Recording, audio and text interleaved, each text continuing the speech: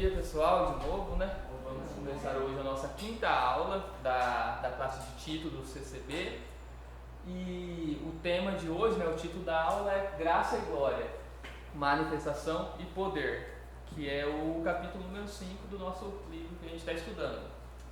Beleza?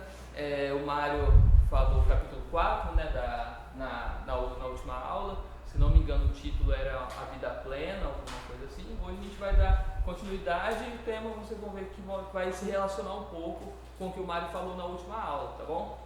Para a gente começar, Oliver, você pode orar para nós? Posso. Deus, querido Pai, muito obrigado que hoje nós podemos vir aqui presencialmente e aprender pessoalmente aqui da sua palavra, Senhor Deus. Muito obrigado pela vida do Everton, do Mário, que tem se empenhado para nos entregar essa classe do melhor modo possível, Senhor Deus. Nos ajude, nós alunos que estamos aqui presentes e também os que vão assistir online, Pai. Sua mensagem através desse livro fixe em nossos corações e nós apliquemos em nossas vidas, Senhor. Em nome de Jesus, amém. Amém. Bom, então, vamos lá, pessoal. Hoje eu vou tentar ser um pouco mais rápido, né? Pelo menos a apresentação está menor. Vamos ver se vai dar tudo certo. Nosso desafio eterno aqui de dar aula é sempre conseguir fazer no tempo certo, né? Bom, vamos ler o nosso texto. Ô Luara, você pode ler pra gente? Se a gente começar para ler aqui na sua Bíblia, tanto faz. A graça de Deus se manifestou trazendo salvação a todos.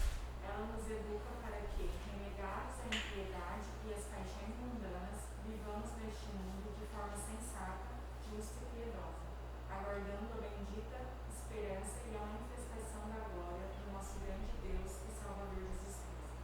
Ele deu a si mesmo por nós, a fim de nos remir de toda iniquidade e purificar para si mesmo um povo exclusivamente seu, dedicado à prática de boas obras. Ensine essas coisas, também exorte e repreenda com toda a autoridade, que ninguém despreze você. Amém. Bom, esse é o nosso texto bíblico de hoje, né? Tito 2, capítulo 11, Tito 2, versículos 11 ao 15. E o primeiro ponto que é importante a gente lembrar é o seguinte: na aula passada, né, o Mário deu 2 versículos 1 ao 10. E se vocês se lembram, né, o autor ele deu o título de Vida Plena. Por que ele chama de Vida Plena, né, esse capítulo, né, que estuda esse trecho? É porque lá Paulo dá uma série de exortações bem práticas que Tito deveria ensinar para diversos grupos da igreja, tá? Então ele vai dar algumas orientações específicas para jovens, para velhos, para livres, para escravos, maridos, esposas, tudo isso, né? Então ele dá uma série de orientações bem práticas. Olha, vocês são cristãos, jovens cristãos devem se comportar assim, velhos cristãos devem se comportar assim, tá? Então ele dá essa série de orientações práticas que o autor chama ali de vida plena, né? E aqui nesse nosso trecho de hoje, vocês viram que o texto começa com um porquê. Ele fala, porque a graça de Deus se manifestou salvadora, né? Então, se a gente pensar aqui no que Paulo está falando, ele deu aquela série de orientações práticas, jovens, respeitem os mais velhos, porque a graça de Deus se manifestou salvadora. Esposas, amem seus maridos, porque a graça de Deus se manifestou salvadora, tá? Então, o texto de hoje, ele vai explicar por que os cristãos devem se comportar daquela forma. Ele vai dar a razão, tá? Não é o que Paulo falou no capítulo 3 passado, né, nos versículos de 1 a 10, não é apenas um grupo de orientações, de ordenanças vazias, sem sentido. São ordenanças, né, são mandamentos, são orientações, só que esses mandamentos, essas orientações, têm um porquê. Existe uma razão para que nós, como cristãos, nos comportemos dessa forma. E hoje, né, o objetivo desse texto é explicar então esse porquê, tá? Por que que, na visão de Paulo, nós, como cristãos, devemos nos comportar daquela forma? Por que os velhos precisam seguir aquelas orientações? Por que os jovens precisam seguir aquelas orientações? Paulo, então, ele vai explicar o porquê, qual que é a razão, qual que é o embasamento aqui na visão de Paulo que nos dá um fundamento para que a gente se comporte daquela forma, tá? Então, é basicamente isso que a gente vai meditar um pouco hoje, beleza? Até aqui tranquilo, né? Primeira coisa que a gente precisa lembrar, né, que eu acho importante a gente pensar, é o seguinte: se eu não sei se vocês, né, se vocês compartilham desse mesmo problema que eu, mas eu sou pecador, tá? Eu imagino que vocês também, porque a Bíblia diz que todos pecaram, né? Então vamos lá, partindo dessa premissa de que todos nós somos pecadores, é muito difícil que a gente consiga seguir todas aquelas ordenanças de Paulo, e não só naquele trecho específico, né, mas na Bíblia como um todo, né? A Bíblia, eu sempre costumo dizer que o Evangelho, ele não é um conjunto de regras. Ser cristão não é seguir regras, né? Mas o Evangelho, ele nos traz algumas regras também, muitas regras, né? Se a gente pensar, cada mandamento de Deus é uma regra também para a nossa vida, né? Quando Jesus Cristo disse: amarás o teu próximo como a ti mesmo, né? E amarás o Senhor seu Deus sobre todas as coisas. Enfim, são mandamentos, né, que resumem todos os mandamentos de Deus, tá? Então existem mandamentos no Evangelho.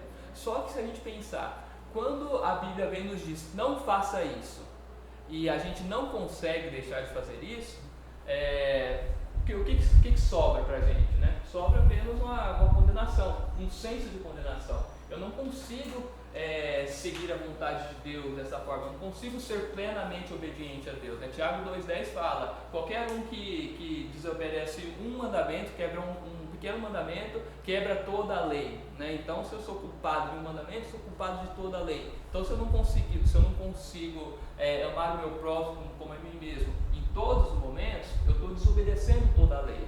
E se o Evangelho parasse por aí, parasse só nisso, né, de dizer que você precisa fazer tal coisa, e se você não consegue, ele continuar insistindo que você precisa fazer tal coisa e pronto, isso seria condenação, né? Essa é a visão que o autor traz. Uma série de ordenanças, de regras que não podem ser seguidas, nos traz nada mais, nada menos do que a própria condenação. E aí o autor, ele cita Romanos 8,1, né? Nenhuma condenação lá para os que estão em Cristo Jesus, né?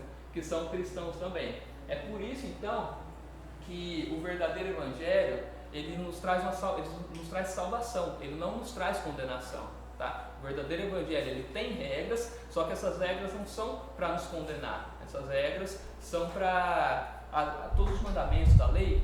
Martinho Lutero fala isso, né, no Nascido Escravo, né? O objetivo do mandamento não é mostrar que a gente consegue fazer aquilo. O objetivo do mandamento é mostrar o que a gente deve fazer, ainda que a gente não consiga, né? Então, se eu deixo de seguir o mandamento, eu estou deixando de fazer aquilo que eu deveria fazer. Mas o Evangelho, ele vem não para nos mostrar essas regras. O Evangelho, ele vem para nos salvar da nossa incapacidade de seguir essas regras, tá? Então, o verdadeiro Evangelho, ele é salvação, ele não é condenação. Por isso que ele não é apenas um conjunto de regras, tá bom? E aqui, então, a gente vai entender se eu preciso seguir aquelas regras, mas eu não sou condenado por deixar de segui-las, por que então que eu devo seguir essas regras? Qual que é o fundamento da minha fé que faz com que eu siga essas regras, né? Eu siga esses mandamentos, ou, em outras palavras, eu busque aquela vida plena que o autor nos explicou lá no capítulo 4 e que Paulo diz lá nos versículos de 1 ao 10. Beleza? Tranquilo? Então vamos lá. Capítulo 2. Aula 4. O que eu falei errado? Capítulo 4. Ah, tá, é o capítulo 4 do livro. Entendeu? Então vamos lá. O principal ponto da nossa aula hoje, ou os principais pontos, né, são graça e glória, que é basicamente o que o autor fala nesse trecho, o que Paulo fala aqui nesse trecho que a gente vai estudar hoje, tá bom? Graça e glória. Ele vai falar de duas manifestações: a manifestação da graça e a manifestação da glória. Aí, se a gente voltar lá no texto, deixa eu voltar aqui no texto de novo, quais são as duas manifestações? Aquilo que está ali no versículo 12, no versículo 1, no versículo 11, na verdade, onde ele fala: porque a graça de Deus se manifestou, trazendo salvação. Essa é a manifestação da graça, tá? E lá no versículo 13, ele vai falar a bendita esperança e a manifestação da glória do nosso grande Deus. Então, essa é a manifestação da graça, do versículo 11, e essa é a manifestação da glória, do versículo 13, que a gente vai falar. Uma questão que eu achei muito interessante é essa ideia que o autor coloca de que a gente vive, de que a nossa vida hoje, ela se dá, ela ocorre entre essas duas manifestações. A manifestação da graça, que foi no passado, e a manifestação da glória, que vai acontecer lá no futuro. E aí eu fiz esse paralelo só para a gente entender. De um lado, né, a gente tem ali a manifestação da graça, e do outro lado, a manifestação da glória. A manifestação da graça, como eu mostrei, está aqui no versículo 11, porque a graça de Deus se manifestou trazendo salvação. A manifestação da glória está no versículo 13, que Paulo escreveu, porque nós estamos aguardando a manifestação da glória do nosso grande Deus. Aqui, o autor, ele sempre gosta de trazer, né, quando tem mais de uma interpretação possível para o texto, né, o autor traz, eu acho interessante até para a gente assim, exercitar a nossa capacidade de fazer exegese, né, de interpretar os textos, né. Eu não sei se todos vocês leram, né, o capítulo, mas eu vou perguntar. Quando a gente lê a manifestação da glória do nosso grande Deus e Salvador Jesus Cristo, a grande discussão é o seguinte: grande Deus e Salvador, está falando de quem? A quem que Paulo estava se referindo quando ele falou grande Deus e Salvador? Está falando de Jesus Cristo? Está falando de Deus Pai? Está falando dos dois? O que vocês acham? De preferência alguém que não leu o livro, melhor. ou pelo menos alguém que não se lembre. Tá, eu vou até, eu já até coloquei aqui, ó, tem as 3 explicações possíveis, né? Então antes de perguntar, né, vamos lá.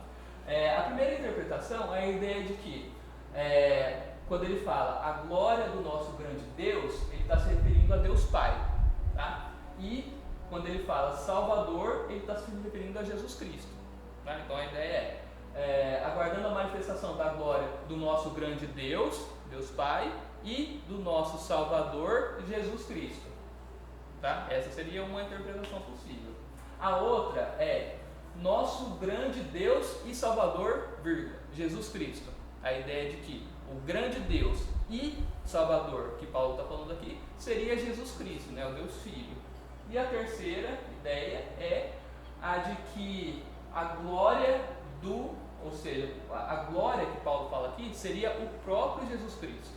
Tá? A glória é Jesus Cristo. E nosso grande Deus e Salvador se referiria então a Deus Pai. Tá? Então, na primeira interpretação, a gente tem que ele está falando só do Deus Filho. Na segunda, aliás, na primeira interpretação, ele está falando do Deus Pai e do Deus Filho, está se referindo a duas pessoas. Na segunda, ele está falando só de Jesus Cristo. Na terceira, Deus e Salvador se refere a Deus Pai. E glória seria o Jesus Cristo, né? Jesus Cristo seria a glória de Deus Pai nesse texto. O que vocês acham? Aqui na NVT ele já põe a vírgula. Na NVT ele fala, nosso Deus Salvador, vírgula, Jesus Cristo. Eu penso nos dois, cara. A primeira também. A primeira seria grande Deus, seria Deus Pai e Salvador, Jesus Cristo. E eu sei, Oliver? Só Jesus Cristo. Então, grande Deus e Salvador é Jesus Cristo. E eu sei, Eduardo? Eu não vou perguntar para o Mário, não. O Mário é café com leite. Seminarista não tem opinião. Não vale. Pode falar, Mário. Oi?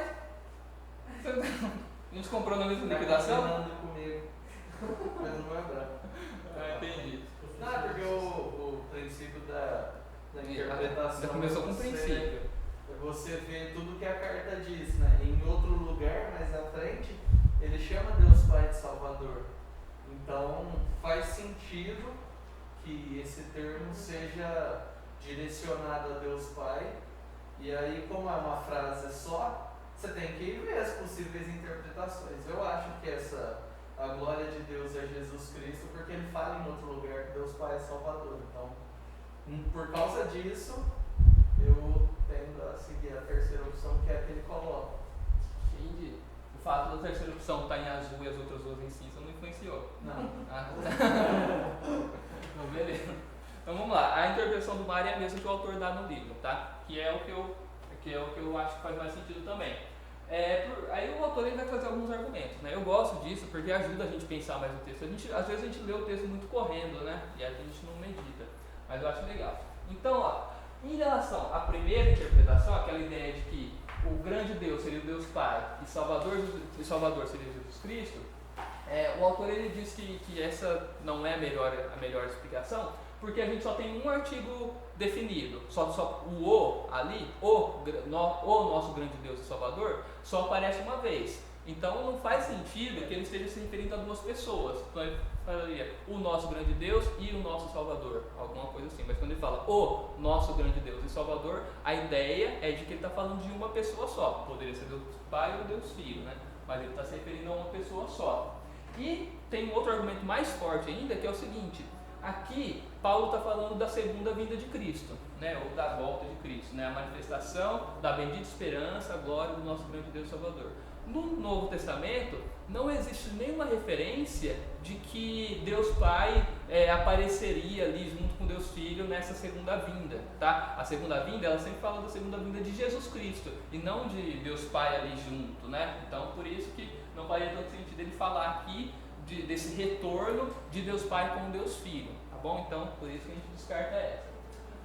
A segunda, quando ele fala nosso grande Deus e Salvador, é exatamente o que o Mário falou. Lá no versículo 4 do capítulo 3 de Tito, Paulo usa o termo Deus, nosso Salvador, se referindo a Deus Pai, tá? Então, pelo menos aqui dentro do contexto dessa carta, faz sentido que quando ele usa aqui Deus Salvador, ele está falando de Deus Pai, porque lá na frente ele usa o termo Deus nosso Salvador novamente, se referindo a Deus Pai, tá? Então não faria muito sentido Paulo usar o mesmo termo para se referir a duas pessoas diferentes, pelo menos dentro da mesma carta, tá bom? Então por isso que a gente descarta essa ideia de que seria apenas Jesus Cristo aqui também. Então esse Deus Salvador faria mais sentido ser o Deus Pai, né?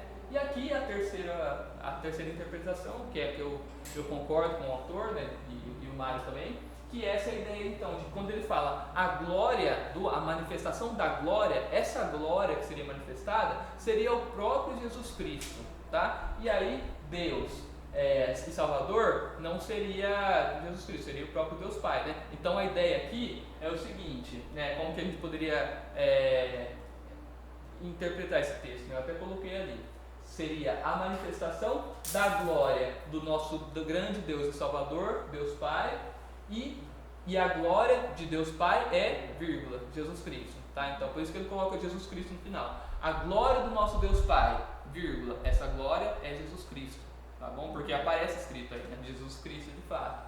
Então é essa a ideia. Alguma coisa para complementar, Mário? Você quer? Não, só que glória está sempre ligada a uma presença digna, né? E Deus é Espírito. Ninguém o viu, Parousia, não ia né? ver agora e não vai ver no futuro também, porque ele é Espírito. Então quem apresenta o Pai é o Verbo encarnado. Então faz sentido dentro de toda a teologia, né, do Novo Testamento, que a manifestação do Filho, que é Deus encarnado, prevaleça. A gente não tem nenhuma promessa de que nós veremos a Deus Pai, mas que nós veremos o Filho. Acho que por isso a interpretação de ser só Jesus, né? Como? Acho por isso que interpretamos de ser só Jesus aí. Isso, Entendeu? exatamente. É Deixa eu difícil pensar. pensar na manifestação de Deus, mas ele é invisível. Isso, não é? exatamente. Então, O que vai ser manifestado aqui é a glória do Deus Pai, do nosso grande Deus e Salvador, né? O sujeito da frase é Jesus Cristo. A glória do nosso grande Deus e Salvador é Jesus Cristo, né? Deus e Salvador está falando do Deus Pai, Jesus Cristo, então é a glória do Deus Pai, né? Filipenses ou Colossenses, nunca lembro, né? Ele é o resplendor da glória do Pai, Colossenses. Olha, você falou respondendo a pergunta, né? Eu estava entendendo assim, né, a glória do Salvador, mas Deus não vai se revelar porque Ele é Espírito. Aí na minha fala, aparecimento da glória de nosso grande Deus e Salvador, né? Já matou, já. É isso aí, a glória do nosso grande Deus. Beleza? Então, isso, às vezes parece que a gente discute muito alguma questão que, sei lá, às vezes a gente não acha que é tão relevante, né? Qual que é a aplicação disso na minha vida? Mas quando a gente pensa quando a gente pensa em Jesus Cristo como sendo a glória do Pai, isso tem um peso teológico muito grande para a gente, sabe? Isso é muito profundo a gente pensar nisso, né? Jesus Cristo é a manifestação da glória de Deus. Eu acho que isso é importante, por mais que talvez você não vou mudar a minha vida por causa dessa verdade, né? Não vai ter alguma coisa que eu faço hoje que eu vou deixar de fazer por causa daquilo. Só que isso é conhecimento teológico pra gente, sabe? Isso é bagagem, isso é muito importante, né? Qualquer conhecimento teológico, em algum nível, ele vai moldando o nosso caráter, tá bom? Então vamos lá. A manifestação da glória de Deus será algo maravilhoso para nós que somos cristãos. Por isso que Paulo chama isso de bendita esperança. Nós estamos aguardando a bendita esperança da glória. Para nós que somos cristãos, isso vai ser um acontecimento maravilhoso. Acho não, né? A Bíblia nos diz que nós precisamos aguardar esse momento, né? Isso é a razão da nossa esperança, né? Então é muito importante, é um momento que a gente precisa ansiar, né? E às vezes a gente vive muito nessa vida sem se lembrar que isso vai acontecer, que não é algo que eu acho que vai acontecer, mas que eu não tenho tanta certeza, não é um acontecimento, uma possibilidade, é uma certeza, né? O Deus que não pode mentir nos prometeu isso, e isso é uma verdade na nossa vida, e para nós como cristãos vai ser um acontecimento maravilhoso, sabe? Não é uma coisa ruim ou sei lá, um acontecimento simples de rotina, né? Não é algo comum, né? Esse é o maior acontecimento da história para nós que somos cristãos, né? Para nós que vivemos aqui. Então por isso que a gente precisa aguardar isso com esperança, né? E com alegria também, né? Por isso que a gente precisa dizer, Maranata, hora vem, Senhor Jesus, porque para a gente isso vai ser maravilhoso, né? Mas, por outro lado, para aqueles que não são cristãos, para aqueles que não conhecem a Deus, para usar o termo que o autor usa, isso vai ser uma grande ameaça, né? Nós, como cristãos, sabemos dessa verdade. Vai ser maravilhoso para nós, mas para quem não é cristão, isso é uma grande ameaça, né? A própria glória de Deus no Antigo Testamento, ela era sempre descrita ali como uma ameaça, né? Vocês se lembram lá em Êxodo, por exemplo, quando Moisés viu, né, Deus de costas ali, ele não poderia ver de frente porque a glória de Deus ia destruir Moisés, né? Quando em Isaías 6, né? Isaías 6, quando na visão de Isaías, de Jesus, né? De Jesus não, de Deus, né? Que é Jesus também. Eu gosto desse texto porque lá no Antigo Testamento, né? Quando ele tem essa visão, lá era Deus, né? Obviamente, mas no Novo Testamento a gente tem 3 referências a essa passagem, cada um se referindo a uma pessoa diferente da Trindade, né? Deus Pai, Deus Filho e Deus Espírito Santo, é muito legal. E aí Isaías fala, né, nos versículos de 1 a 2, no ano da morte do rei Uzias, eu vi o Senhor assentado sobre um alto e sublime trono, né, e as abas das suas vestes enchiam o templo, e serafins voavam perante ele, cada um tinha 3 asas, né, com 2 cobriam os pés, com 2 cobriam o rosto, e com 2 voavam. E aí no versículo 5 ele fala, então eu disse, ai de mim que vou perecendo, porque eu sou um homem de lábios impuros e habito no meio de um povo de impuros lábios. E os meus olhos viram a Deus, o Senhor dos Exércitos. Eu acho que é esse termo que ele usa. Então olha só o medo que Isaías ficou quando ele teve essa visão da glória de Deus, né? E a glória de Deus é algo assim extraordinário que ameaça, né? Só que nós, como cristãos, hoje a gente pode aguardar com esperança esse dia, porque para nós vai ser maravilhoso. Mas para aqueles que não são cristãos, essa ameaça ela ainda permanece, né? É uma ameaça iminente. E desde a vinda de Cristo, se a gente pega a Bíblia e entende o que está acontecendo ali, quando fala Rei das Nações, e nós cantamos isso, ó Rei das Nações, e leu os Salmos, aquilo ali está falando que há um rei, e que qualquer outro rei que não está debaixo desse rei, vai ser destruído se ele for inimigo do rei, seja um líder ou uma pessoa comum. O rei está vindo, né, para governar o reino. Então, quando nós pensamos isso, tem implicações políticas atuais, como sempre atualmente teve, né, desde o Antigo Testamento. Quando você fala que há um rei, há um Senhor dos Exércitos, ele está querendo dizer, não é esse rei que está aí. Quando você fala de um sistema de governo totalitário, que seja progressista ou conservador, que tenta responder tudo, o cristianismo vem e fala, não, só há um rei, e esse rei estabelece o parâmetro. Então isso vale hoje, e sempre valeu para o povo de Deus, né? servir a Deus sempre colocou desordem no mundo que não se submete a Deus, porque a nossa lealdade não está em primeiro lugar a nenhum político, a nenhum sistema de governo, mas ao próprio Cristo, né? Então isso tem implicações que nenhum tipo de sistema gosta. Claro, cristãos não são facilmente direcionados, ou não deveriam ser. Exatamente, isso é muito importante, por isso que a gente precisa guardar com esperança, sabe? O que a gente tem para o nosso futuro, para o futuro aqui nessa terra, de mais precioso, é a esperança da glória, né? A bendita esperança que Paulo diz aqui. Então, por isso que nós precisamos nos lembrar que isso é maravilhoso para nós, né? E que é uma ameaça para aqueles que não são cristãos, né? Geralmente, quando a gente fala isso eu achei legal também para a gente meditar, quando a gente fala da segunda vinda de Cristo, né, a gente fala segunda vinda ou a volta de Cristo, né, a gente usa esses termos, né. Aqui Paulo ele não fala embora ele esteja falando, né, da volta de Cristo, né, da segunda vinda de Cristo, o termo que ele usa é manifestação. Ele fala da manifestação da graça e da manifestação da glória no futuro, né. Isso é legal porque a ideia não é que Jesus Cristo não está fazendo nada hoje, não está em lugar nenhum, e aí ele vai voltar e vai começar a reinar. Não, ele já está sentado à destra de Deus, ele já tem um reino, né? Ele já é glorificado e ele já reina, né? A grande questão é que hoje, aqui nessa terra, esse reino ele não é revelado para aqueles que não são cristãos, né? As pessoas aqui, nós aqui nesse mundo, a gente ainda não consegue perceber esse reinado absoluto de Cristo aqui, né? Embora ele já reine nos céus, aqui nessa terra a gente ainda não consegue perceber, né? Principalmente aqueles que não são cristãos, né? Só que aí um dia essa glória, esse reino, ela vai ser manifestada e todo olho verá. Acho que eu coloquei esse texto aqui, né?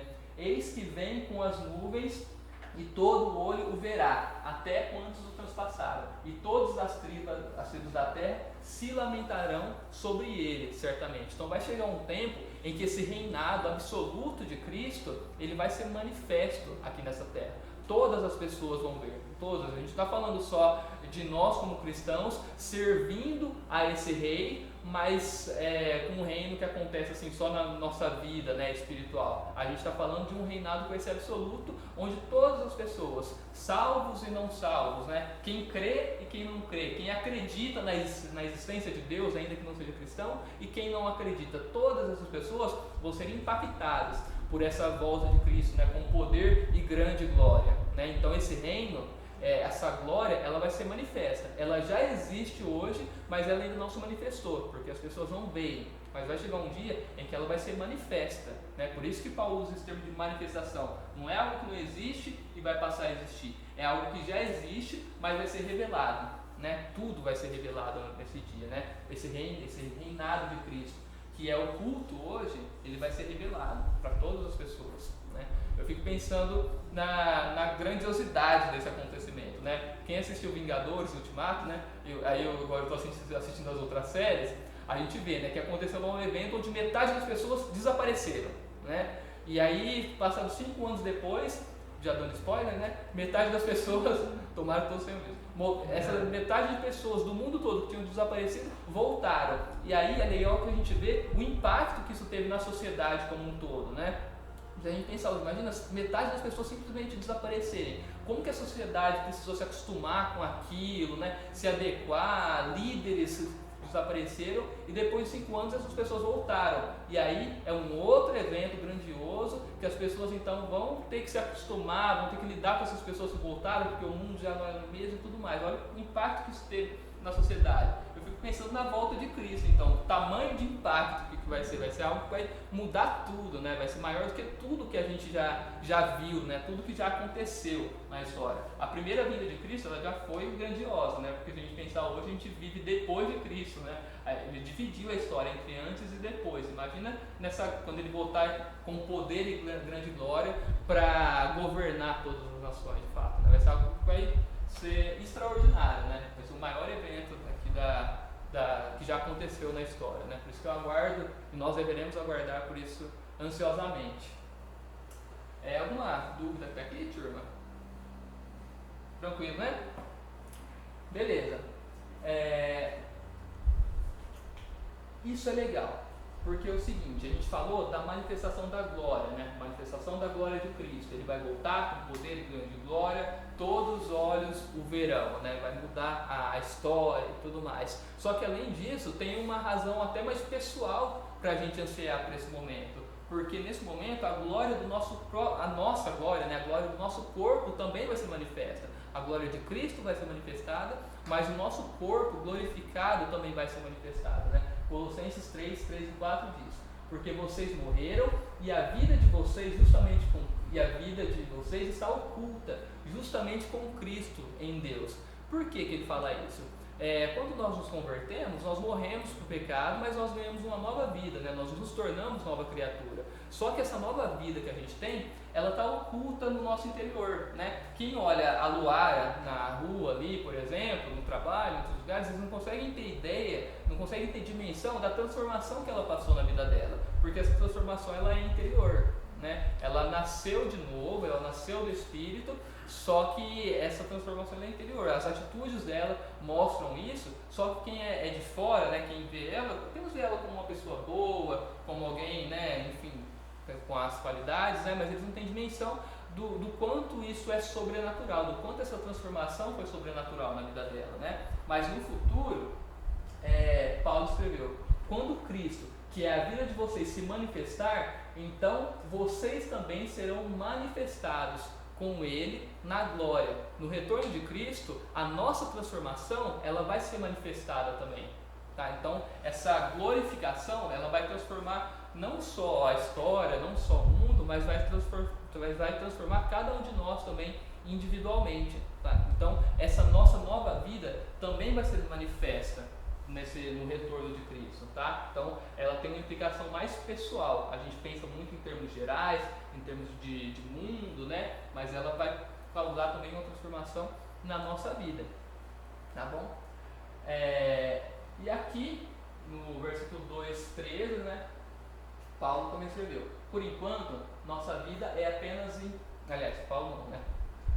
Por enquanto, nossa vida é apenas interior, pois exteriormente estamos sujeitos à decadência física e demais efeitos da nossa natureza pecaminosa, mas aguardamos a glorificação do nosso corpo, o que Paulo chama de bendita esperança, tá? Hoje a gente está suscetível a doenças, o nosso corpo, né, tem uma série de limitações, a gente ainda tem essa natureza pecaminosa que nos impede de obedecer a Deus em tudo, né?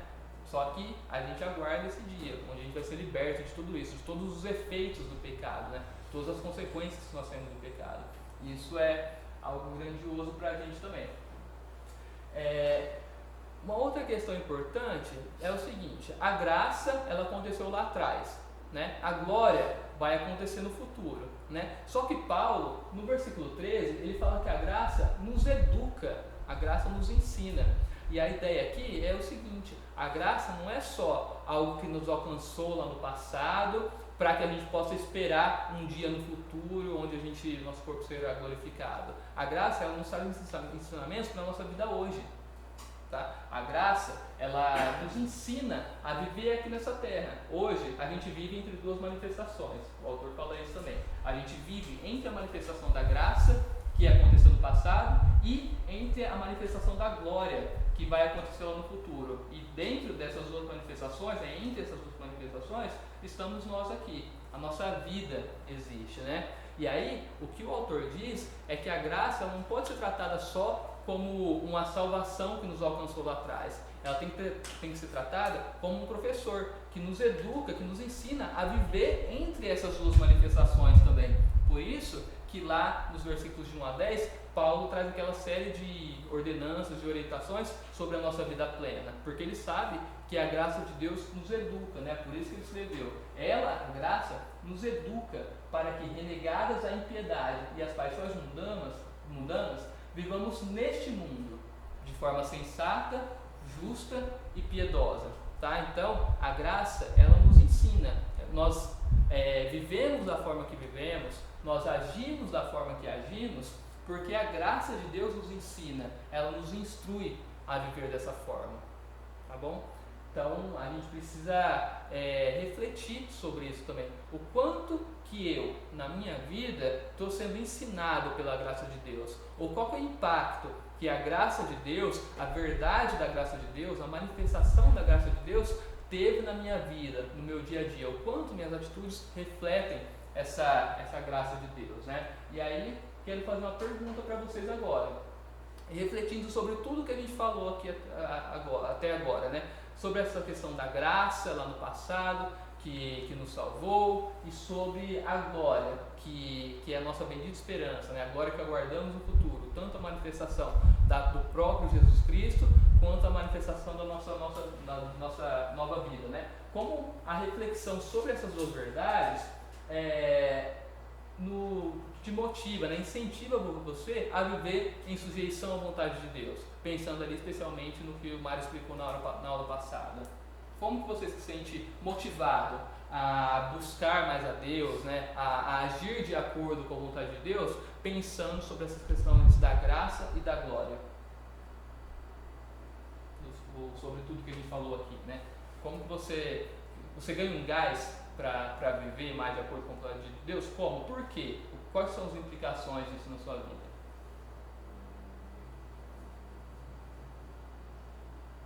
Fala, gente, um de cada vez. Além de um gás, no seu termo que você usou, também nos constrange a refletir a maneira que eu estou vivendo hoje. Ela está à luz do que Cristo fez por mim, envolvendo todo esse evento de morte, ressurreição e manifestação futura dele. Eu estou dentro dessa história, eu estou participando disso, eu estou vivendo como antes, quando eu era, vamos dizer, um pecador não salvo, um pecador inteiro, vamos dizer assim, sem a graça. Estou vivendo assim, eu estou buscando mais estar envolvido com o que Cristo fez por mim.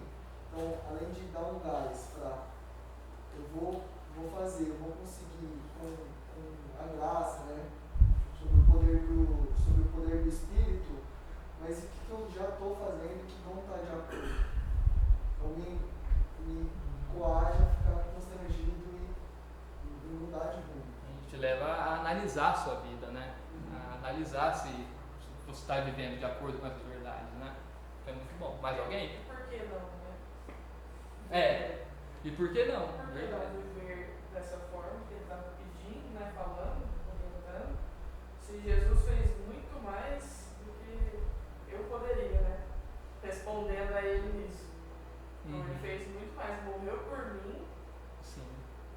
Perdoou nosso pecado, a gente tem livre acesso a Deus, por que não responder de forma talvez coerente, né? Não vai chegar no mesmo nível de Jesus, mas por que não mas fazer? quanto eu estou fazendo, estou assumindo essa responsabilidade, né? De viver em sujeição à palavra de Deus, né? Às vezes a gente é muito negligente, né? E eu acho que às vezes o que acontece muito com a gente, né? Especialmente quando a gente... porque assim, né? Eu não sei como foi a experiência de vocês e tal, mas eu, no começo mais da minha fé, né? Quando eu me converti e tal, eu tinha muito aquela ideia de que eu precisava ser, assim, perfeito, né? Diante de Deus em termos de atitudes, né? Para que eu pudesse, assim, manter a minha salvação, sabe? Toda essa questão. Né? Não pode perder. Não podia perder. Diziam-se de púlpito, tem muita gente perdendo a salvação porque não libera perdão pro seu irmão. Libera um nível, né? Mas, ou seja, Deus é igual a você. Você não perdoou, vai perder. Exatamente. Era um tal de risca o nome do livro da vida, escreve de novo, risca, escreve de novo, era uma coisa, né? Haja caneta. Haja caneta, né? Caneta devia ser infinita, igual a misericórdia de Deus. Aí, tipo, a gente tinha aquele senso, então se esforçava muito, né? Só que aí, quando você entende que não é bem assim, que a justificação, ela te declara justo, né? Você não perde a salvação por causa das suas atitudes, às vezes vem no seu coração aquele senso de que, então, eu não preciso me esforçar tanto para ser santo diante de Deus, sabe? Ou, sabe, aquela nossa natureza pecaminosa começa a querer te convencer, falar, você falou isso aqui, mas você não vai perder a salvação por causa disso, sabe? Tem tudo isso. E isso é um problema grave, né? É um problema muito grave porque assim, o inimigo, junto com a nossa natureza pecaminosa, nos afastando ali de Deus, né? Tentando nos afastar de Deus. Só que quando a gente entende, né, a graça, como que Deus te salvou, mesmo sabendo que você não merece, mesmo sabendo que você nunca mereceria, esse amor, ele nos constrange sabe, a querer fazer o nosso máximo para tentar de alguma forma retribuir isso, né, dentro das nossas limitações. Eu preciso ser santo, sabe? Eu preciso ser santo não porque eu vou perder minha salvação, mas porque eu amo a Deus, né? Igual o autor, ele até usa esse exemplo, né? Ele fala da minha esposa. Eu já casei com a minha esposa, não preciso agradá-la mais, né? Mas por que eu agrado? Porque eu a amo, né? Tudo isso. Alguém mais ia falar alguma coisa? Eu acho que também só complementando, acho que isso não agradar o couro come, né? tem esse outro incentivo. você vai falar mais pra frente, provavelmente, porque o versículo 14 dá uma resposta. Não, mas fala também, talvez eu não fale, né? Né? Porque fala, ele entregou sua vida para nos libertar de todo pecado, para nos purificar e fazer de nós seu povo, inteiramente dedicado às boas obras. Eu acho que as boas obras ele está ligando ali aos versículos anteriores, né? São as boas obras. Então, se ele nos salvou para isso, né? Por que não fazer? Exatamente. O ponto que você falou aí, né, de qual o impacto.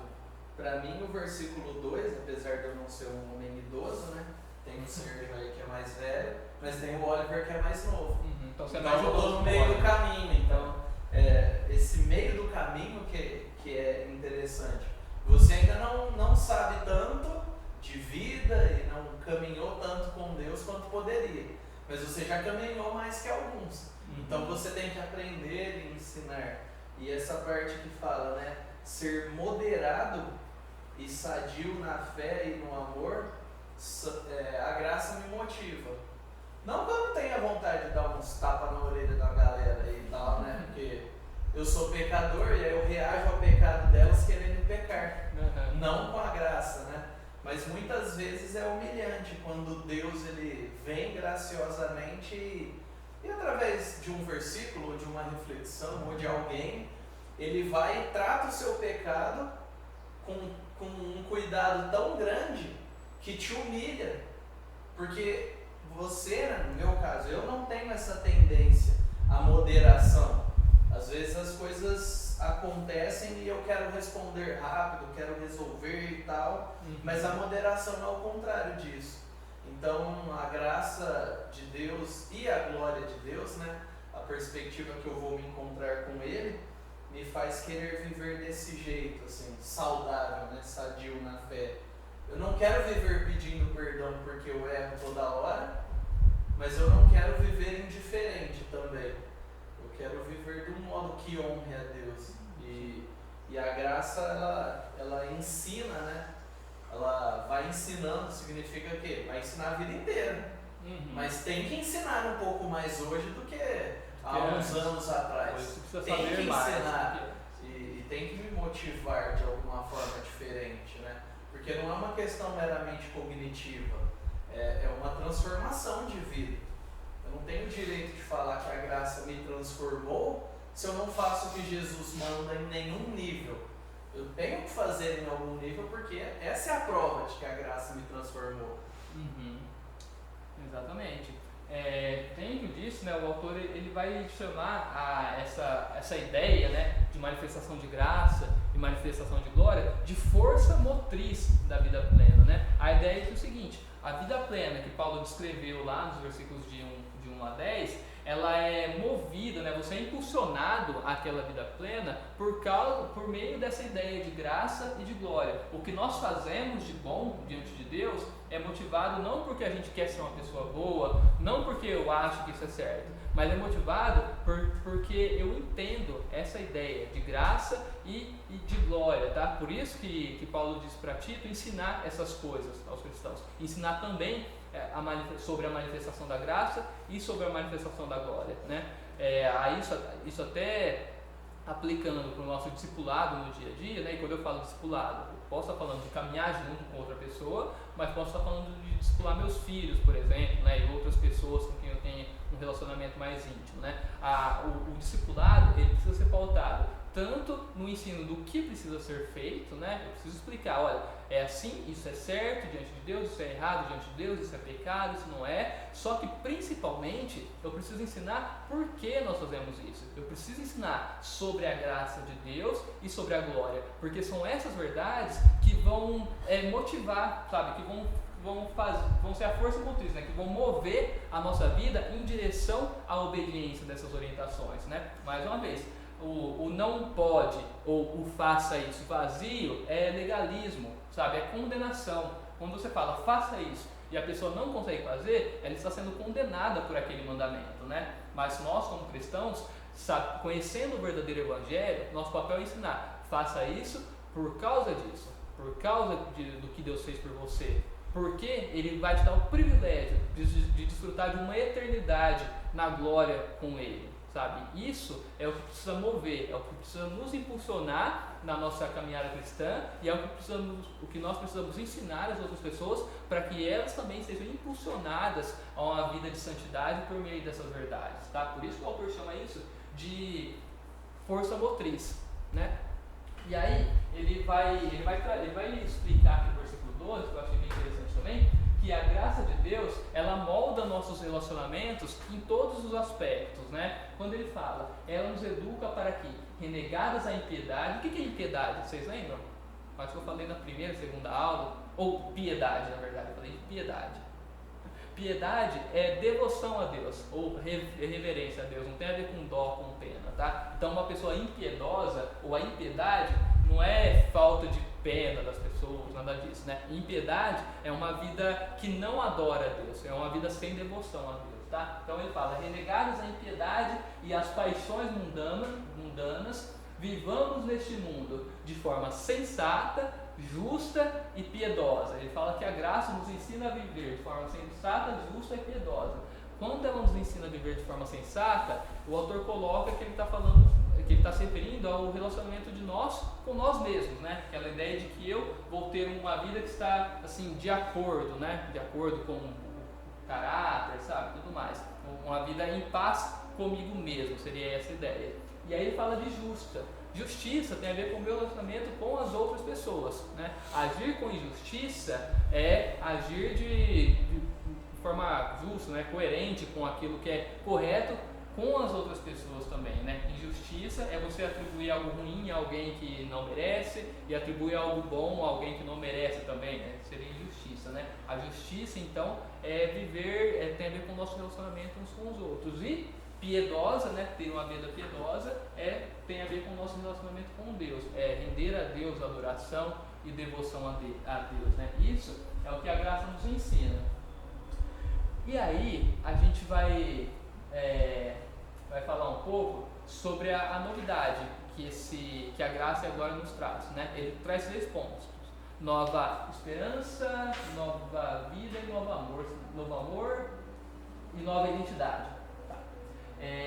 A nova esperança a gente consegue ver lá no versículo 13, porque ele fala, aguardando a bendita esperança e a manifestação da glória do nosso grande Deus e Salvador, né? O passado, ele nos impulsiona, porque ele nos mostra o que Deus fez por nós, né?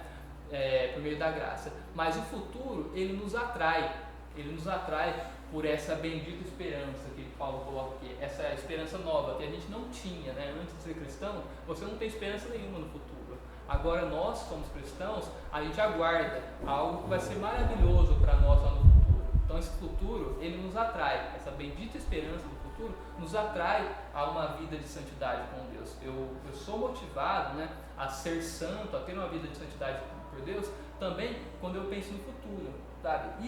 Quando eu leio isso, eu penso muito naquela ideia de perspectiva eterna e de perspectiva terrena, né? Eu sei que aquilo que tem no futuro, para mim, é muito melhor do que qualquer coisa que essa vida de agora possa me oferecer. Aquela bendita esperança da glória, eu sei que é algo maravilhoso. Eu sei que vai ser um tempo onde eu vou poder desfrutar da presença de Deus em um nível absurdo. Eu sei que lá no futuro eu vou ser liberto desse desejo pelo pecado que me maltrata tanto hoje. Isso é a maior esperança que eu tenho. E aí, quando eu penso nisso, todas as coisas que essa vida me oferece, seja trabalhar ao máximo para ganhar muito dinheiro e perdendo o privilégio de estudar a palavra de Deus, por exemplo, né? Ou seja, buscar qualquer outro tipo de prazer aqui nessa vida. Quando eu sei o quanto isso é momentâneo e o quanto a eternidade que eu tenho lá no futuro vai ser maravilhosa, essas coisas aqui elas perdem o brilho, né? O autor, eu acho que ele usa até esse termo. As atrações deste mundo não brilham tão luminosamente quando comparados com as riquezas do mundo vindouro, sabe? Isso assim, é extraordinário para a nossa vida aqui. Quando eu sei que cada um aqui tem as suas dificuldades, tem os pecados que você lida mais, tem a preguiça às vezes de meditar na palavra de Deus, de orar, sabe? Tudo isso. Nós, infelizmente, nós somos pecadores aqui, a gente é tentado de todas as formas, né? O mundo, ele oferece muitos prazeres momentâneos para nós aqui, ele, sabe, oferece a chance de você pecar, de você extravasar sua raiva, por exemplo, enfiando a mão na cara do seu irmão, sabe? Tem tudo isso. Mas quando a gente pensa que Deus reservou pra gente uma eternidade de glória lá no futuro, tudo isso parece que já não nos atrai tanto. A gente percebe o quanto isso não tem valor, né? Isso é o que mais me motiva quando eu penso nessa bendita esperança que Paulo fala aqui, sabe? Quando eu lembro o quanto esse futuro eterno que Deus reservou para nós é maravilhoso, as coisas dessa vida, elas, sabe, perdem um pouco o sabor, sabe? Eu começo a pensar que não vale a pena eu trabalhar 12 horas por dia e deixar de ler a palavra de Deus, porque eu sei que quando eu leio a palavra de Deus, eu estou tendo ali um vislumbre da eternidade que Deus reservou para nós, sabe? E eu percebo que isso é muito mais importante, né? O autor ele cita o exemplo de Moisés. Quando o autor de Hebreus, eu acho que eu não sabia se tinha colocado o texto, mas é isso aqui, ó. Pela fé, Moisés, sendo homem feito, recusou ser chamado filho de Faraó, né? Ele recusou aqueles prazeres terrenos que ele poderia ter, desfrutando ali da identidade de filho do Faraó, preferindo ser maltratado junto com o povo de Deus, né? Moisés, ele estava vivendo ali no palácio, né, do Faraó e tudo mais, mas ele rejeitou aquilo e resolveu viver ali com o povo de Deus, né, com o povo de Israel. Ele rejeitou tudo aquilo para ser maltratado junto com o povo de Deus. Ele preferiu isso a usufruir dos prazeres transitórios do pecado. Ele entendeu que ser desprezado por causa de Cristo era uma riqueza maior do que os tesouros do Egito, porque contemplava a recompensa, sabe? Isso é maravilhoso, sabe? Quando a gente pensa, vale a pena sofrer tudo que eu precisar sofrer aqui por amor de Cristo, porque eu sei que eu tenho uma recompensa muito maior que isso lá no futuro, sabe? Essa bendita esperança da glória, para mim, é o que eu penso assim que mais me ajuda nas minhas mazelas e nas minhas dificuldades, porque eu sei que qualquer tipo de prazer que eu tenho aqui, isso é momentâneo. A gente vive o quê? 70, 80, 90 anos aqui nessa terra. O que são 80 anos de falsas alegrias, né, e falsos prazeres, quando a gente compara com uma eternidade de deleite em Deus, né, sem nenhum tipo de choro, sem nenhum tipo de dificuldade, sabe? Isso não é nada. Então, por isso que a gente precisa refletir muito nessa esperança. Não é só aguardar um evento que vai acontecer. A gente está aguardando o fim de todo o nosso sofrimento. E isso é maravilhoso, isso precisa nos ajudar. Bom, e além de uma nova esperança, ela também nos traz um novo amor, né? O versículo 14 nos lembra do amor de Cristo, né? Ele deu a si mesmo por nós. E esse amor, né, que ele demonstrou por nós, nos leva a amá-lo, como fala lá em 1 João 4,19. Nós o amamos porque ele nos amou primeiro, sabe? Então, quando eu lembro do amor de Cristo, eu também sou levado a amá-lo mais ainda, né? E João 14,23 diz que Jesus diz, né? Aquele que me ama obedece os meus mandamentos, sabe? Então, eu lembro do amor de Deus. Quando eu penso quanto que Deus, né, quanto que Cristo nos amou, Romanos 5,8 eu gosto muito, né? Mas Deus prova o seu amor para conosco em que Cristo morreu por nós, sendo nós ainda pecadores, né? Eu acho que amor talvez seja um dos atributos de Deus que é mais falado, né, na Bíblia, né? Seu amor, sua justiça, né? E isso é maravilhoso. Deus, ele dá ênfase no amor dele por nós, porque ele sabe que esse amor é algo que vai nos constranger a amá-lo também, sabe? Então, quando eu lembro do amor de Deus, eu amo. Nossa, eu quando eu me converti, eu chorava o tempo todo, né? Eu não podia ver alguém falando do amor de Deus na pregação, eu via as lágrimas começavam a escorrer. Agora o coração já endureceu. Agora o coração já está acostumado, né? Esse amor aí dá, pá, legal. Sabe? Mas naquele começo aquilo era muito novo, sabe? Eu lembrava daquilo. E aquilo me causava um rebuliço aqui dentro, que eu falava, nossa, eu preciso amar muito esse Deus para tentar de alguma forma, sabe, retribuir algo que ele fez comigo. E por isso que até hoje, sabe, eu medito muito sobre o amor de Deus, porque isso também me traz muita força para lidar com as dificuldades, porque às vezes a gente fala muito de dificuldade, né? Nossa, acontece a situação ali e, nossa, eu queria resistir, mas não consegui e tal, acabei pecando. Mas às vezes a gente peca, sabe, de forma assim, às vezes sabendo que é pecado, você sabe, nossa, eu não devo falar assim com meu irmão, nossa, mas ele me tirou do sério, eu não estou nem aí, vou pecar mesmo, vou falar o que eu quero falar, não estou nem aí, sabe? Se a gente parasse um pouco e lembrasse um pouco do amor de Deus, lembrasse um pouco do que ele fez por nós e lembrasse que quem ama a Deus obedece os mandamentos dele, eu acho que nessas situações a gente conseguiria evitar. Sabe, se a gente refletisse um pouco mais sobre isso. E qualquer verdade da Bíblia, não adianta a gente vir aqui, fazer uma aula do CCB e achar que pronto, aprendi isso vai mudar minha vida. Não, a gente precisa meditar sobre isso o tempo todo. Tudo que eu estou falando aqui para vocês, o desejo do meu coração, tanto para vocês quanto para mim, é que a gente continue meditando isso durante toda a semana, até que isso seja muito natural, sabe? Então o desafio que eu faço para vocês, que eu fiz para mim também, é na próxima oportunidade que você tiver de pecar, que você se lembre do amor de Deus, que você se lembre da graça de Deus. Sabe, que você se lembre que Deus amou o mundo de tal maneira que entregou seu Filho unigênito para que todo aquele que nele crê, que somos nós, não pereça, mas tenha a vida eterna. Sabe, se você se lembrar disso nessas situações, eu garanto que você vai ter uma força a mais para evitar esses pecados, né?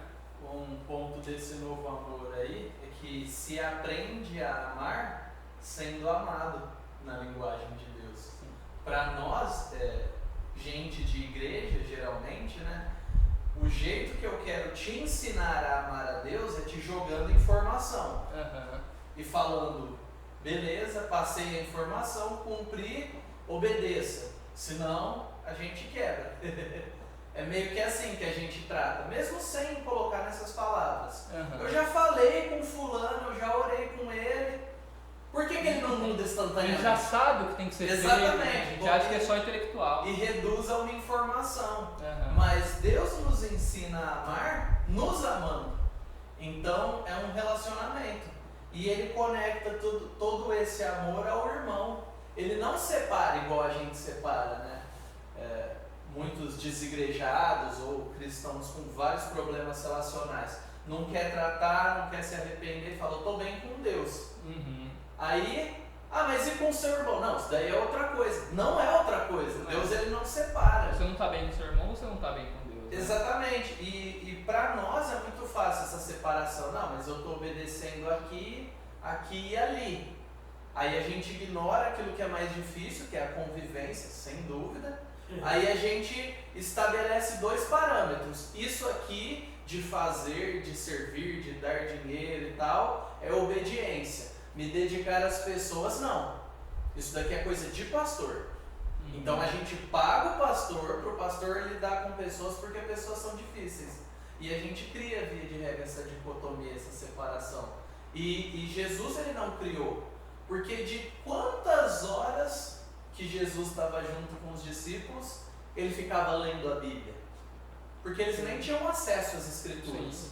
Ele não tinha, né? Vou pegar um bolo aqui, ensinar vocês a amar é ensinar vocês a decorar o Salmo 23, 24. Não. Ele vivia com eles e impregnava os ensinos enquanto comia, enquanto, parafraseando, fazia churrasco, enquanto batia a perna, brincava. E Jesus ia instilando, instigando eles a amar. Então, quando nós pensamos nisso, isso fere mesmo. Isso mostra que a gente precisa de santidade. Porque não é fácil.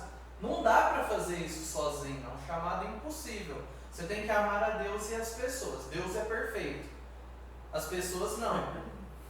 E aí, tipo, você não quer amar as pessoas e também você não quer amar a Deus, você quer que Ele te ame. Sim. E a gente é esmagado por isso quando a gente não descansa no Evangelho. E precisa ser constantemente ferido pela palavra, né? Ó, você não é suficiente, você não ama o suficiente. Por isso que eu amei o suficiente. Agora se arrepende e vamos embora. Exatamente, né? É aquilo que eu falei, não é do dia para a noite, não é aprender uma coisa e pronto, sua vida é transformada. Não, a gente precisa aprender, só que tudo que a gente aprende, a gente precisa meditar sobre isso e refletir, sabe? Muito do que o Oliver falou, sabe?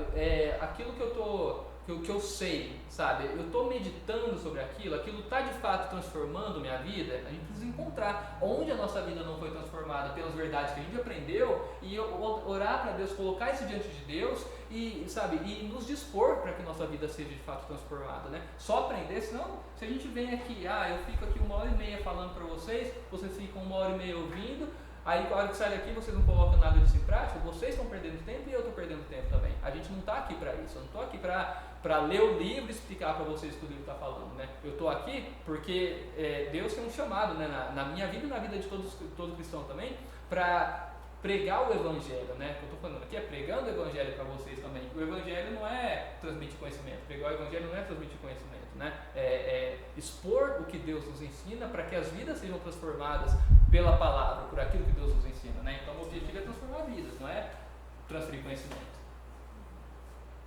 Além de um novo amor, a graça também nos traz uma nova identidade. Lá no versículo 14, fala que Jesus deu a si mesmo por nós, a fim de nos remir, remir é purificar, né? Remir é libertar de escravidão, né? O termo remir significa ser liberto da escravidão.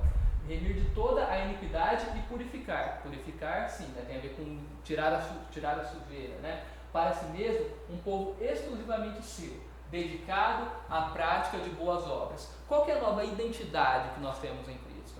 Nós não somos mais, eu não sou mais só o Everton, filho de fulano de tal e fulano de tal. Agora eu sou o povo de Deus.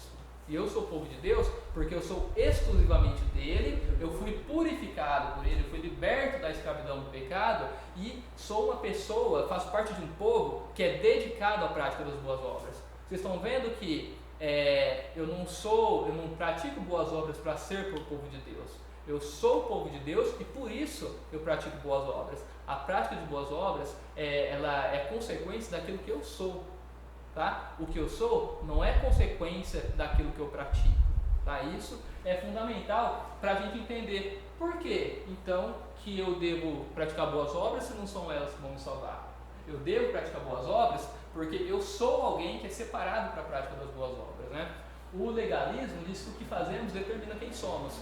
Se eu faço obras de justiça, eu sou justo. Isso é o que o legalismo diz. Mas o que a graça do Evangelho afirma é que quem somos, eu sou uma pessoa justa porque Deus me justificou. Quem somos é que determina aquilo que nós fazemos. Tá? Eu sou uma pessoa justa, por isso eu pratico obra de justiça. Eu sou uma pessoa santa, por isso eu tenho uma vida de santidade. É completamente contrário. E é isso que a gente precisa entender. Cada vez que nós pecamos, nós estamos fazendo algo que é completamente em desacordo com aquilo que nós somos. Eu sou o povo de Deus, sou separado para a prática de boas obras. Quando eu peco, eu estou traindo isso que eu sou. Eu estou sendo povo de Deus, mas agindo como alguém que não é povo de Deus. Sabe? Isso que é fundamental. Então eu tenho uma vida de santidade não para ser salvo, né? Eu tenho uma vida de santidade porque eu sou salvo, né? Nova esperança, novo amor e nova identidade. Isso é que deve nos impulsionar, nos encorajar para perseguir aquele padrão de vida plena que o Mário expôs na aula passada, tá? Isso é fundamental para a nossa vida. Só que além disso, a verdade da graça, ela nos motiva não só a ter uma vida de santidade, ela nos motiva também a ter uma vida missional, sabe? A ter uma vida que busca transmitir o Evangelho, né? A fazer isso que eu estou fazendo aqui com vocês também, sabe? A falar do Evangelho não só para não cristãos, mas para cristãos também. Eu estou falando tudo isso aqui porque eu amo a graça de Deus. Eu amo a bendita esperança da glória que Deus fez por mim. Isso é que dá força para a gente. sabe? Não é fácil. Às vezes a gente, uma aula de 1h30, eu não sei o Mário, né? O Mário deve ter mais prática, mas eu demoro, sei lá, talvez umas 12 horas para preparar uma aula, sabe, como essa. E, nossa, quando tem apresentação aí. Não, mas por quê? Por que eu faço isso? Não é melhor ficar vendo Netflix? Eu e minha esposa agora a gente engrenou, estamos assistindo uma série atrás da outra, sabe? Legal. A gente poderia assistir muito mais séries, né? Muito mais coisas. Eu poderia andar muito mais de skate, né? Que é uma coisa que eu gosto. Mas por que eu prefiro gastar 12 tantas horas do meu dia fazendo isso aqui? Sabe? Porque eu amo a graça de Deus. Eu amo a bendita esperança da glória de Deus. E isso é o que me motiva, né, a gastar meu tempo de outras formas que pessoas que não são cristãs não gastam, né? E com a gente, né, com vocês, nas mais variadas áreas da vida de vocês, isso também tem que ser verdade. Por que tem um amigo lá no seu trabalho, por exemplo, Luara, que você se sente impelido a falar de Deus por ele? Não é porque você acha que, se eu falar de Deus para essa pessoa, Deus vai me salvar, sabe? É porque você entende, sabe, o amor de Deus. Você quer que outra pessoa desfrute também desse amor, sabe? Isso que deve motivar a graça de Deus. E aqui tem uma questão muito importante, né? Alguns dos versículos dos textos dos versículos de 1 a 10 do capítulo 2, eles dão um motivo para que Tito se comporte daquela forma para ensinar essas coisas, né? Por exemplo, o versículo 5 diz: para que a palavra de Deus não seja difamada. Faça isso para que a palavra de Deus não seja difamada. Faça isso para que o adversário seja envergonhado, não tendo nada de dizer de mal de vocês. E faça isso a fim de que em todas as coisas manifestem a beleza da doutrina de Deus. Aqui o que Paulo está falando é pregar também por meio das suas atitudes, sabe? Tenha uma vida de santidade, porque assim você está agradando a Deus e tudo mais, mas além disso, porque com essa vida de santidade, as pessoas que não são cristãs vão se sentir também atraídas por isso. A palavra de Deus não vai ser envergonhada. As pessoas vão olhar para vocês e também de alguma forma querer ter uma vida assim, sabe? Porque elas vão ver as virtudes de Deus na vida de vocês. Quando a gente obedece a Deus, a gente está se aproximando de Deus, mas a gente está de alguma forma também demonstrando o Evangelho, demonstrando a graça do Evangelho para outras pessoas, né? Deus, Ele não salva todas as pessoas, mas Ele salva todos os tipos de pessoas, tá? Por isso que Paulo fala no versículo 11, né? Porque a graça de Deus se manifestou trazendo salvação a todos, né? Paulo não é universalista, ele não está falando que Deus vai salvar todas as pessoas, mas que Ele salva todos os tipos de pessoas. Então não importa quem está ali com você no trabalho, na sua vida, na sua família, ou qual é o seu ciclo de amigos. De todos os tipos de pessoas, Deus tem pessoas ali que serão salvas. Por isso que nós devemos demonstrar as virtudes cristãs para todas as pessoas, em todos os lugares, sabe? Obviamente, a pregação vem pelo ouvir. A gente precisa pregar a palavra de Deus. A gente precisa falar. Eu sou contra aquela frase que o pessoal fala: pregue a palavra de Deus, se for preciso, use palavras, alguma coisa assim. O pessoal fala: não, isso é mentira, a gente precisa pregar a palavra de Deus falando, né? Deus deixou um livro pra gente, não deixou um quadro com imagens, né? Deus deixou um livro escrito, então a gente precisa falar a palavra de Deus. Só que as nossas atitudes, a nossa vida em santidade com Deus, ela também vai demonstrar o Evangelho para as pessoas, tá bom? E aí, sobre essa questão de como a nossa vida pode também, né, mostrar o Evangelho para as pessoas, eu vou citar um exemplo, né, a última coisa que eu quero falar hoje, que é desse cara aqui. Eu achei muito legal esse estudo, né, porque eu acho que tem muito a ver com essa ideia de como o viver de acordo com a vontade de Deus demonstra, né, o Evangelho, demonstra as virtudes da doutrina de Deus para as pessoas, né. Eu sinceramente não conheço muito da vida dele, né, o que eu sei que foi um grande teólogo e tudo mais, né. Jonathan Edwards, conhece alguma coisa dele, Mário? Alguma coisa legal aí? Pode falar. Não, ele Quais são as maiores obras dele?